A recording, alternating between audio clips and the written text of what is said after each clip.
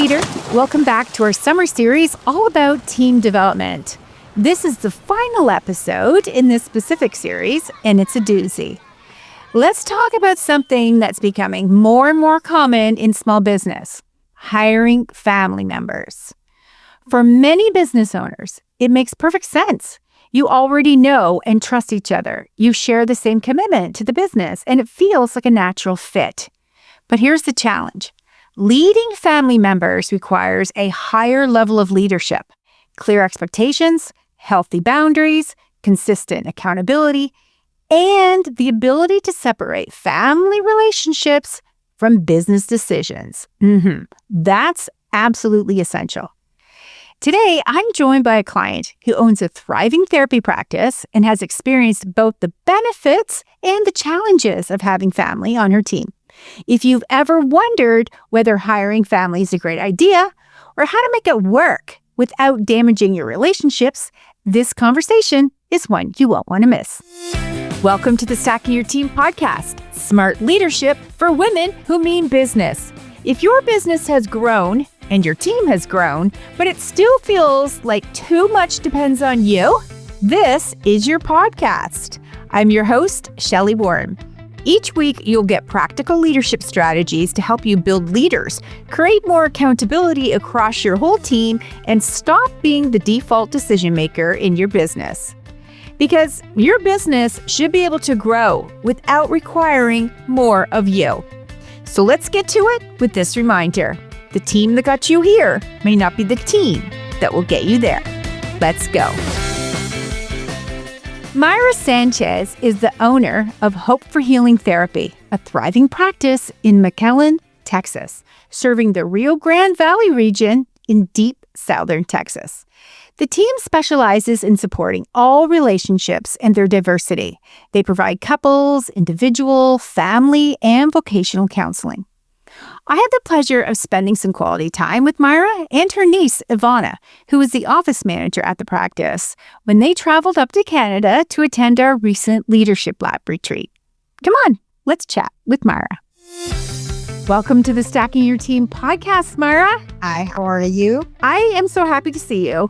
I have been looking forward to this conversation because it's a juicy one.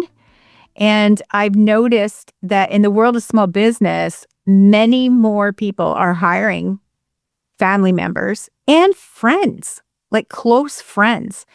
And a lot of times it can work out really well. And then sometimes there's some challenges there. So I appreciate you coming on today to tell us your story and what it's like for you having a thriving practice with some family members. And I just know that you're going to offer some insight today that will resonate with a lot of people. And then for others who are thinking about hiring friends and family, it will give them something to think about so that they're better prepared to make that decision. So why did you decide to hire a family member in the first place? What happened?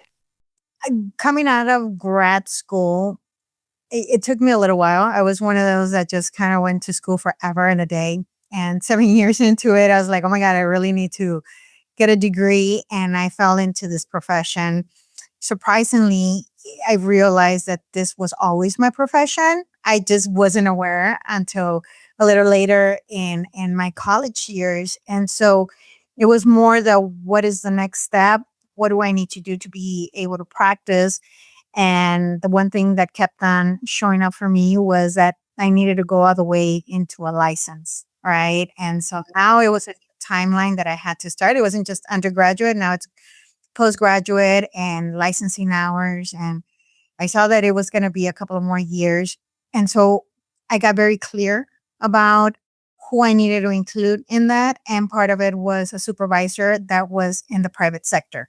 For me, going into my own practice was in the forefront since then, right? It was just not knowing how to get there. And so long story short, I tried it twice before this last time. And every time at some point I had to cut the cords and just move on and go back to agency work because there was things that I couldn't figure out. But in the process, I realized that there was some things that I just was really horrible at. And that, the phone would ring. It was a perfect, simple example. The phone would ring and I look at it and look at me. And sometimes I would let it just ring, and I would miss an opportunity there, right? And so I knew that going into the business itself, I had to figure out that component, right? And so this third part, it was, who can I hire to help me minimally to respond to that phone, right? And get people situated in my schedule while I worked in the practice. Yeah, that was the plan. At the beginning, it was going to be a solo practitioner. I was going to have somebody just assist me with some of these minor things, but I was going to provide the therapy and run the numbers and do my own credentialing and so forth. And so the natural next person was my niece. This was during COVID time. She was home. She was already an undergraduate and she had to come back home. And she was such an extrovert, funny person, could relate to anybody, right? We could be at the grocery store and she started up a conversation. And I said, hey, I need a little help. What do you think about answering my phone lines? And at that point, I really didn't have the finances to pay somebody. And she needed to do some, what do they call, volunteer hours for her undergraduate. And that's how we started. I just started giving her a little stipend to help her along the way. And it morphed into what we are now. Now she's my office manager. Oh my goodness. And I know her and I know you. I've had the pleasure of meeting both of you in person when you came up to Canada for our Leadership Lab retreat. And it's funny for me to hear that story because I see how much of a role she plays in the practice today. And to think that it started with her just doing some volunteer hours. So you hired her.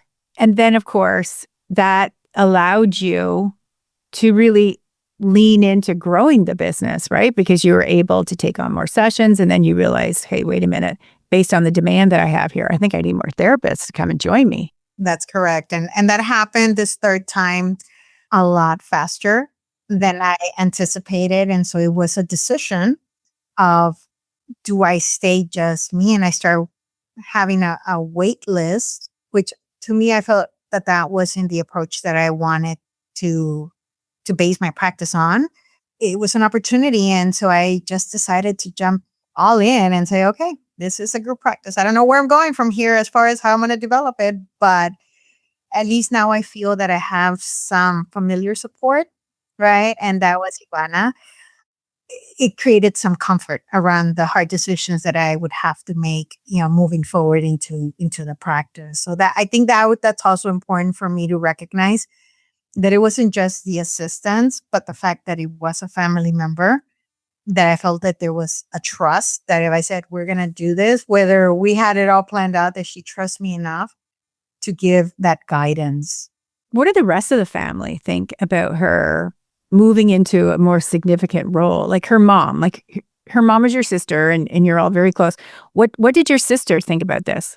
So that's another dual relationship, right? That is a little, we have to be careful of how we navigate it, right? Because it's her daughter. And so if something is not going well, even though what happens at work needs to stay at work with family, it becomes a little more challenging to do that, right?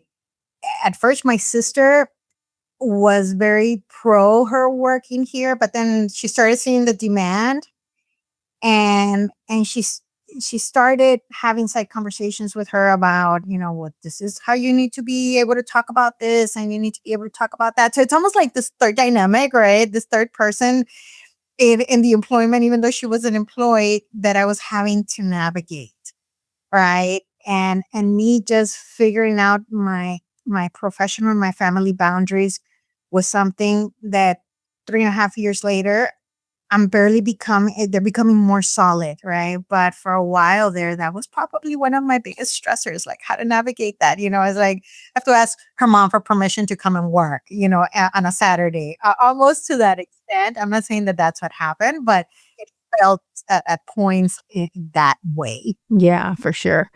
So did you find it difficult to separate your role as a family member from your role as the owner? Like even when you were at like family get-togethers or even just like with your sister coming in and acting like a coach to her daughter, in this new role with you.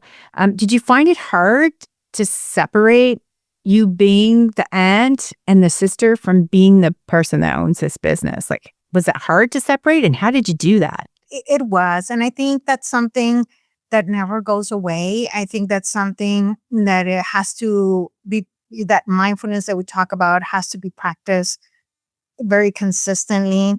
For instance, we'll be early in the morning getting going and we'll hit the gym before we even, that's a routine that we've made as a family. Our day just starts at 5 in the morning. And most of the times we start seeing each other at that time, right? And we'll go into conversations about work. And so that's where that mindfulness really needed to start, or we needed to develop, where we weren't going to be talking about work outside of work. Again, we didn't really know how to do this. And after doing some of the leadership coursework, it was creating some of these drumbeats, right? And I was just getting off of one with her, these one-to-ones where we allocate these times to talk about the things that have been pending, and of course the celebration part of it as well, but definitely to be able to address the things that need to be addressed within this time and not at 5 o'clock in the morning, because that just sets the day for us to start on the wrong foot for all of us, because it's not just me, it's also my partner and then her, and so we got to be real careful. And also when we're on vacation, trying to really limit that we don't do that we stay very present, the fruit of our labor, right? That we work really hard to be able to take the time off, and we want to really enjoy it and not be bringing in the things that we need to work on. So I was picturing in my head the whole scenario of everybody arrives at the gym, 5 o'clock, ready for a workout, and somebody brings up something about work. And I would imagine that depending on the mood people are in, it might be okay today. But if you're going to do that tomorrow, someone's in the mood that's like, wait a minute, I'm on my gym time. Like, it's that back and forth, right? It's all based on mood. But I like the idea that you were the one that stepped in and said, wait a minute, we're here to focus on our health. We're here to do a workout together as a family. Let's not talk about work. Let's talk about work at work. And, I think it needed you to be the one to state that and set the tone. Now, do you hold each other accountable though? Like, so if something creeps in or someone tries to like slide a question in or a conversation, is there somebody that says, wait a minute, what? No, we don't talk about work outside of work. I think we all have the same permission, and we've all created conversations around that. Unfortunately, it will sneak in, but the moment the faces start changing, because you're right, it just depends, did we sleep well, right? Usually when one of us will say, do we really need to talk about this right now? The rest of us will catch on to that. It's almost like that safe word that they talk about.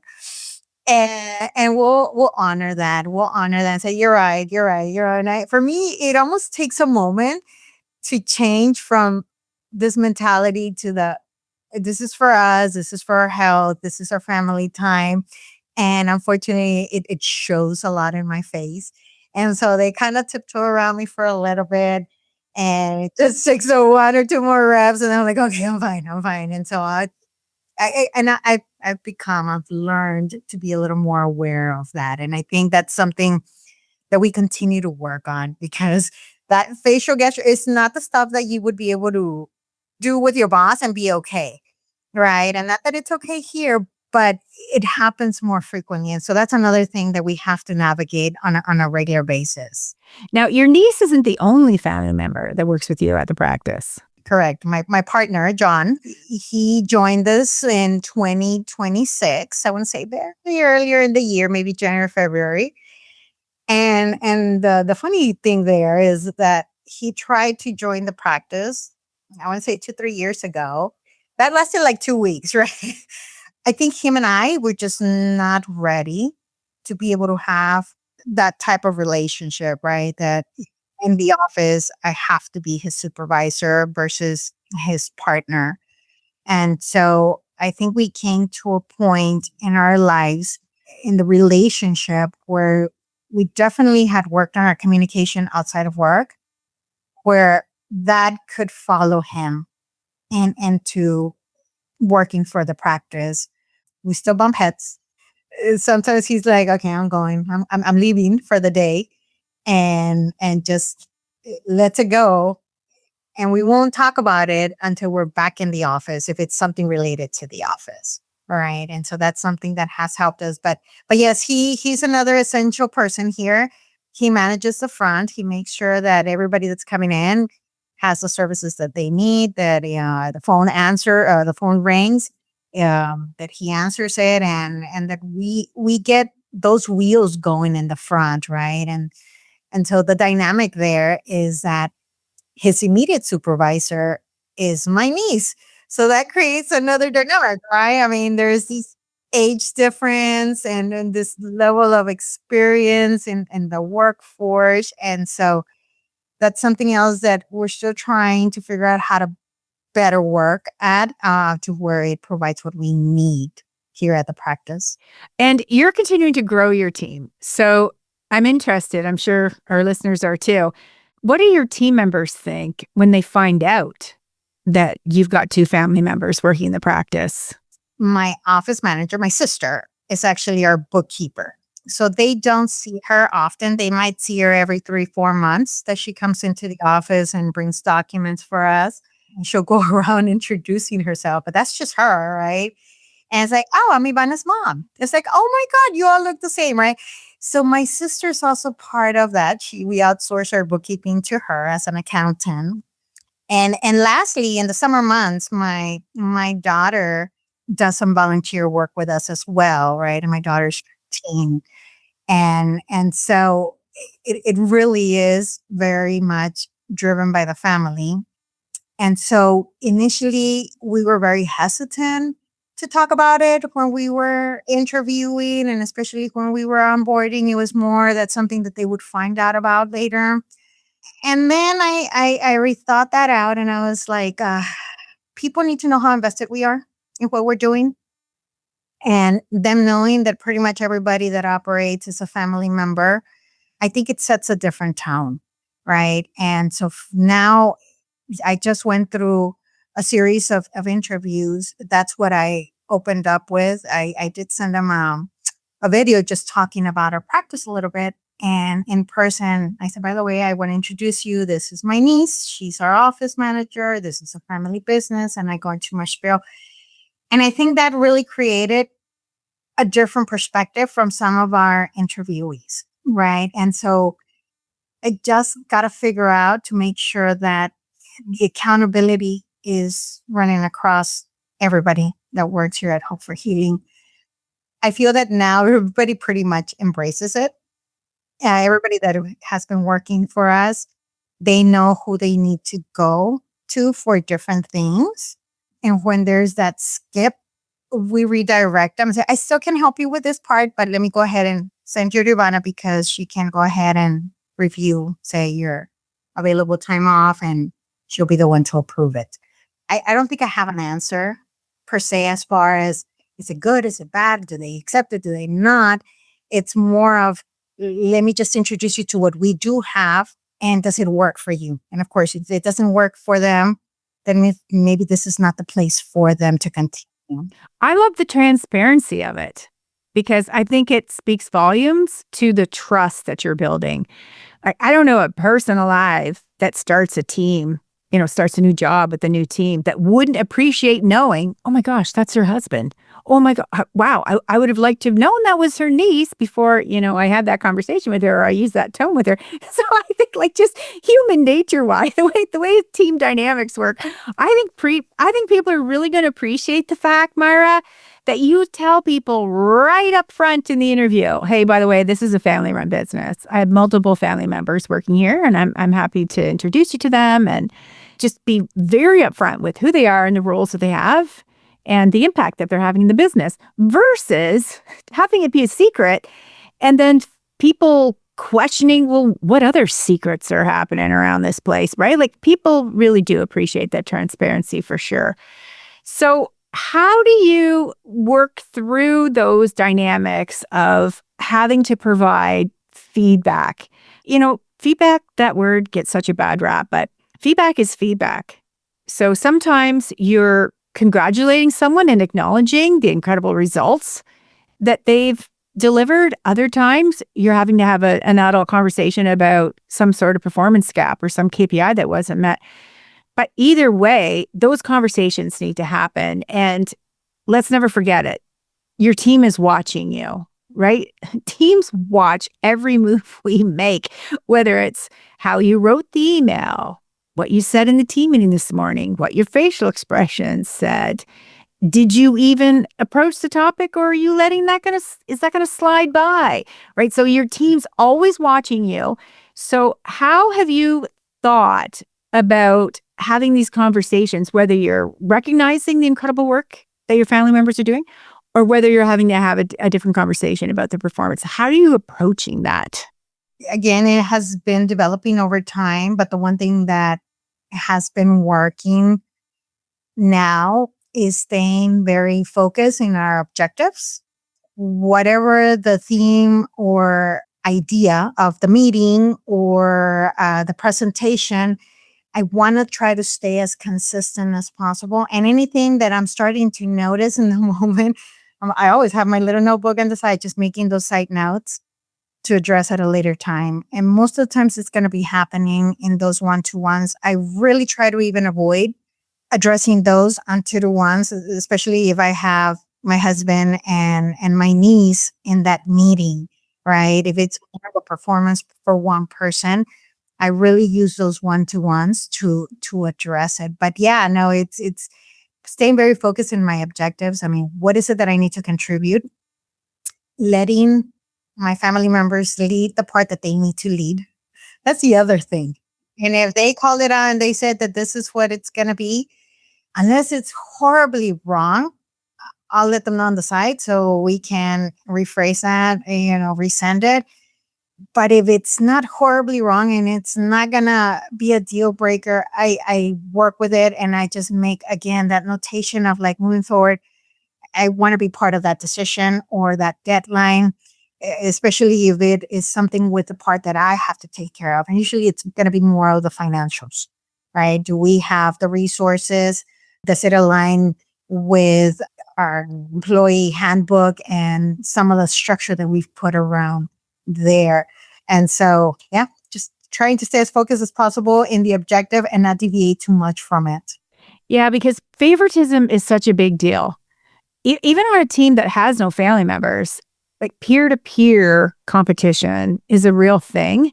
And some people are just more poised to easily be offended by someone they think is getting more recognition than them, or the approach that you took towards that person was more harsh than what this other one thinks is warranted, like all that kind of leadership style stuff. So, but as a family member who works in a small business, I would think that they're also, they have pressure on themselves too, because people are expecting a lot out of them, right? We don't want that dynamic on a team where coworkers are thinking that your family members just got the job. They were just given the job, given the promotion, given the raise. So I would think that your family members are also realizing that, hey, we got to step it up here. Like, people know I'm a part of the family. They're probably questioning why I'm in this specific role. I'm going to knock their socks off and show them why I'm in this role and how I'm here to help them. So I think there's like an extra level of pressure for family members every day at work to shine and to do the right thing and to be a great extension of the brand and be very helpful and supportive of their coworkers, versus creating this like us and them dynamic in a small business. Because in a small business, there's nowhere to hide. Like in corporate, you could hide with that kind of a dynamic and probably still have a great career. But in a small business, there's nowhere to hide. There's just not enough space to be able to hide. So I applaud your family members as well for realizing that and taking their role seriously. Their commitment to the practice is undeniable. They want to earn their stripes and achieve their success the right way. I don't think any of them believe that anything was handed to them per se. They've had to prove themselves. Absolutely. I think their role is a little harder because they're family members, right? In the conversation that I was having with Ivana earlier, She mentioned the feeling of sometimes feeling stuck in the middle. So I'm needing something from my family members as leaders, and they're the ones to pass it down to our employees. And so, of course, it's especially if it's something new. There's that nature to push back a little bit or to ask questions, and then feeling like, oh, I have to hold a card for this person and that person and their specific, preferences and their needs. But yet I have to, resolve this that Myra's asking of me because this is what we need. And so being able to help them figure out that part for themselves is really important as to this are your strength. And this is where a lot of the coaching comes into play in these one-to-one. So being able to say, so what is the bottleneck? This one task is not getting completed. What seems to be the stuck point besides that, well, I guess it's me, right? And it's more like, let's break it down and figure out where. And a lot of the times it's not so much an individual person and their ability or lack of ability. It's more the tools, right? If we could break it down to where it's manageable, it's like, oh, I see the light. I know what you're doing there, and I can definitely incorporate that, and we'll role play sometimes some of these conversations, these harder conversations that they have to have, so they can really own their place and not feel that it's just Myra, right? And these family members that are doing this extra work. We are a team. I really emphasize that when we onboard somebody. I go, we are a family, right? But all of us are a team. And everything that we approach, we try to approach it as a team. And wherever we can support you, we're here to support you in different ways. Yeah, that's something we're still working on. And I'm sure for the remainder of our business existence, it's something that we're going to continue developing. And sometimes it's just that repetition of things, that even though that's something we do with our employees, that's something that has to happen with us as well. Of course. Yeah, 7 days out of the week, in 7 days, 5 days, 3 days that we go to the gym, guess what? There's going to be one day that we're going to just start talking about that one thing that is bugging us and having to remind ourselves of like moving away from some of those situations to the right time, right? Or with the right tool. So you've been in the leadership lab now for 6 months. Has there anything that has surprised you about your own development as a leader? One that I think is just in my nature to want to initiate and start and develop. I just didn't know what to do with it. And now with these kind of boundaries and tools, the structure of it is less chaotic for me, both at the practice, but also in the personal life. And so that's one big takeaway that I'm coming to terms with, that I don't want to turn off, because sometimes I feel that I put too much on my plate. And that's the creative part of me that lets me run a practice, right? Or a business. It's being able to find the time for just that, instead of it just going into everything else that has to happen, because then it becomes very stressful. Here I am trying to just structureize this business, and I have like 10 more ideas, and I'm wanting to run in those 10 directions, right? And for everything, there can be a place and a time. And that's something that I'm learning about myself. Yeah, the ideas, if you're an idea person, the ideas never stop coming.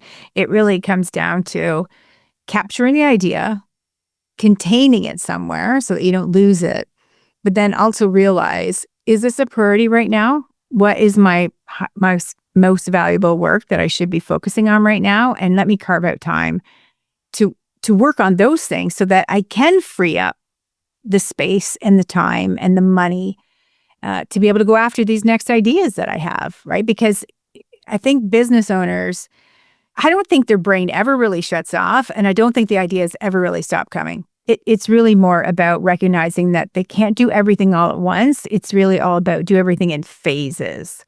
And then you have this feeling of celebration as you move from one phase to the next, where you get to seriously consider your next idea. Like you get to, because you earned it, because you've stabilized the business. And now you really do get to stop, slow down, and think about, could this be my next move? Could this be our next service that we offer? Could this be my next hire? Could this be my next promotion? But thinking that we can do it all at once, all together, it's just too much. And that's where people get burnout in small business. I think the other thing that I can take away from this after doing the leadership lab, I'd probably do it differently. I'd still do it, but I do it differently to where I do a lot of more of the planning versus then just jumping into it. In the moment, that's what I knew. I've been learning as I go, but that just adds another level of stress. It doesn't have to be 100% planned out. It has to be sufficiently planned out to have the groundwork. And so as we're thinking of our next phase of our business, we're actually thinking it through, and I'm collaborating with the family and saying, okay, so what of this that we're thinking about would you own, and what would that start looking like? Versus starting the other way around saying, oh my God, that just sounds like a great idea and we'll figure it out once we get there. So far it's worked, but God, I mean, Yeah. I don't think I have the energy to be going at that pace, for the longevity of this business. So I would definitely do it a little different. And really that structure and communication and organization is crucial. And it's just one of those skills that some people have it and some people don't. But just because we don't have it doesn't mean that there isn't some coaching, some programs, something that we can develop that part, right? And at my age of 48, I feel like I'm barely scratching the surface of really organizing my time, right? You have come a long way, and in a really short amount of time too, Myra. So what would you tell another small business owner who has a practice similar to yours and who is considering growing with family members? I mean, she may even have people in her family that are asking her for a job. What kind of advice would you give her? I'm going to use my last administrative hire. I hired a clinical director. Now she moved out of the region, so she's no longer with us. But it would be building the position, really understanding the main areas of focus of that position, being able to have some of the main tools to be able to track that performance before actually putting it out there and filling the position, even if it was a family member. My big takeaway is we're building a position and we're seeing if the family member fits the position, right? They don't have to be 100%, but sufficient enough where there's that growth, versus the other way around is like, let me just invite you and then let's figure out what your role is going to be, because then it morphs into these crazy expectations. And this is where that dual relationship really starts getting affected. Yeah, you hire for the job, treat the family member like an actual candidate, because that's what they are. They are a candidate that you're considering for this role. I've seen this happen so many times where the business owner brings the family member in and then tries really hard to find the right job for them. And there's iteration after iteration after iteration, just trying to accommodate this family member and their skills or lack of skills. And no one's blind to that. Everyone in the business sees what's happening here. And that's the start, like the seed of frustration. And I've seen team members lose respect for the business owner because they believe she's being duped by the family member who's taking advantage of the proximity that they have to her. So I think you're 100% accurate. Post for the position. And if a family member wants to apply, then they apply and they follow through the same process any other candidate would. And sometimes they are going to be the right candidate. Sometimes they won't be, but I agree with you 100%. Don't just bring people in and try and create a job for them. And I think part of that leadership lab, one of your biggest tools is the 5-hour work plan. Man, we got stuck in that one for so long, trying to really narrow down and identify roles that each one of us had to play, avoiding too much of that overlapping, but also that accountability piece. Because if three of us are doing the same task, there goes, right? It doesn't get done and nobody gets held accountable and we take that home. That has been how we've managed to come back from that situation. And moving forward, as we expand for different positions, if there is somebody that is close to us that could fit the profile, it would have to fit the profile that the business needs. I want to say you got lucky, but I don't really think luck had anything to do with it. But I think the family members that came and joined your practice, they all intuitively want to succeed in their roles.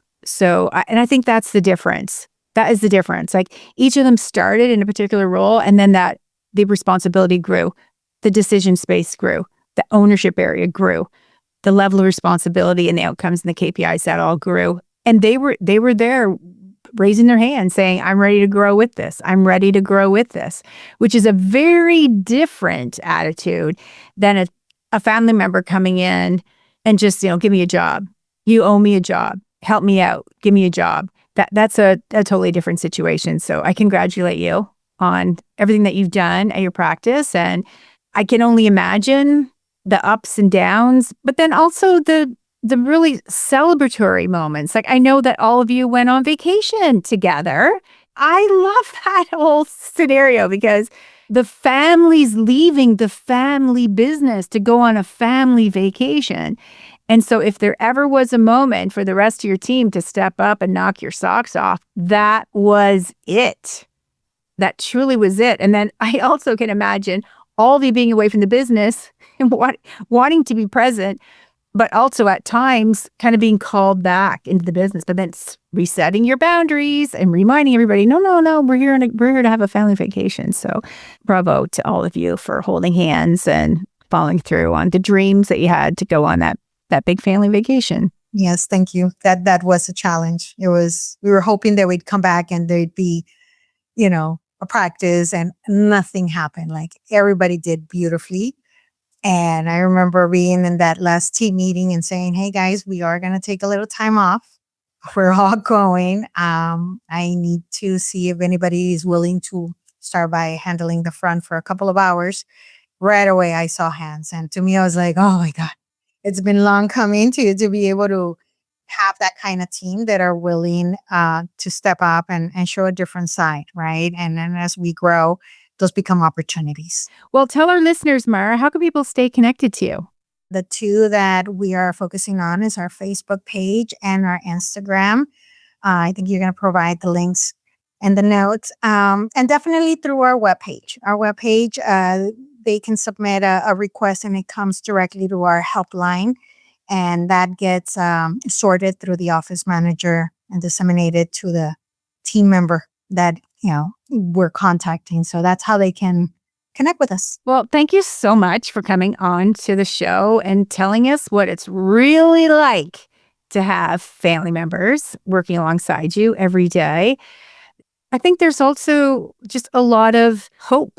If you hire family and you do the right things, it can be a wonderful thing for all of you. Absolutely. I think as a big takeaway, I'm a big caretaker by nature. And this is one last way of me being able to take care of my family. Our growth is extending further into what I can give back to them in a different way. Yeah. Oh, I love that. Well, thank you so much for spending some time with us today, Myra. I appreciate you. Thank you. I hope today's conversation gave you a realistic look at what it takes to successfully lead family members in your business. Our chat with Myra confirmed for us that the goal isn't to eliminate uncomfortable conversations, it's to have them in a way that builds trust, clarity, and accountability. Strong leaders know that creating a workplace where everyone knows what's expected, everyone is held to the same standard, and your relationships are strong enough to support both the family and the business is how you'll continue to maintain a viable business for the long run. A huge thank you to Myra for being so open and honest about her leadership journey. If you'd like to learn more about her therapy practice, connect with her online, or follow the incredible work that she and her team are doing, you're going to find all of her links in the show notes. And here's the thing. There comes a point where generic leadership advice just isn't enough. You need someone who can look at your business, your team, and your leadership challenges and help you decide what to do next. Inside the Leadership Lab, we'll work through real situations that you're facing. Together, we'll build leaders, strengthen accountability, and create a business that can thrive without everything flowing through you. Applications are now open. I'd love to welcome you inside the Leadership Lab this September. Apply today. Just pop over to our website at stackingyourteam.com to get all the details. And by the way, next week, we kick off a whole brand new series all about how to offer world-class onboarding experiences for your new hires. So if you're not already subscribed to the podcast, do it now. Come connect with me on Instagram, where I'm at Stacking Your Team. This is Ellie. Come back next Tuesday. My Mimi will have another episode for you.